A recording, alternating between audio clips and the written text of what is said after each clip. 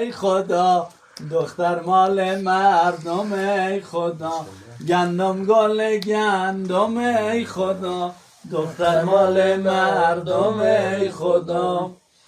گندم ما چی میخوره،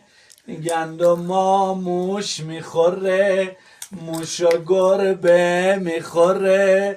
گربه را سگ میخوره، سگه و گربه، گربه و موشه، موشه و گندم، گندم گل گندم، ای خدا دختر مال مردم، ای خدا گندم مال گندم، ای خدا دختر مال مردم، ای خدا گندم ما چی میخوره، گندم ما موش میخوره، موش و گربه میخوره، گربه را سگ میخوره، سگ را گرگ میخوره، گرگه را شیر میخوره، شیره و گرگه، گرگه و سگه، سگه و گربه، گربه و موشه، موشه و گندم، گندم گل گندم، ای خدا دختر مال مردم، ای خدا گندم مال گندم، ای خدا دختر مال مردم، ای خدا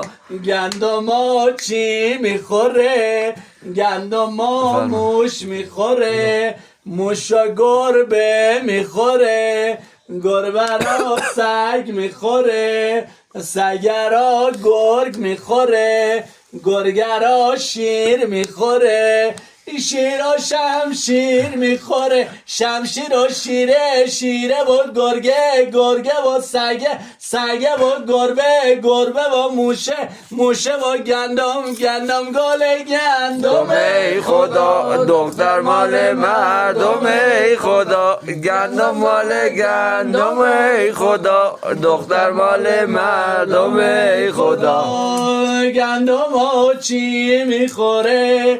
گندم ها موش میخوره، موش و گربه میخوره، گربه را سگ میخوره، سگ را گرگ میخوره، گرگه را شیر میخوره، شیر و شمشیر میخوره، شمشیر و خاک میخوره، خاک را مور میخوره، موره و خاکه، خاکه و شمشیر، شمشیر و شیره، شیره و گرگه، گرگه و سگه، سگه و گربه، گربه و موشه، موشه و گندم، گندم گل گندم ای خدا دختر مال مردم، ای خدا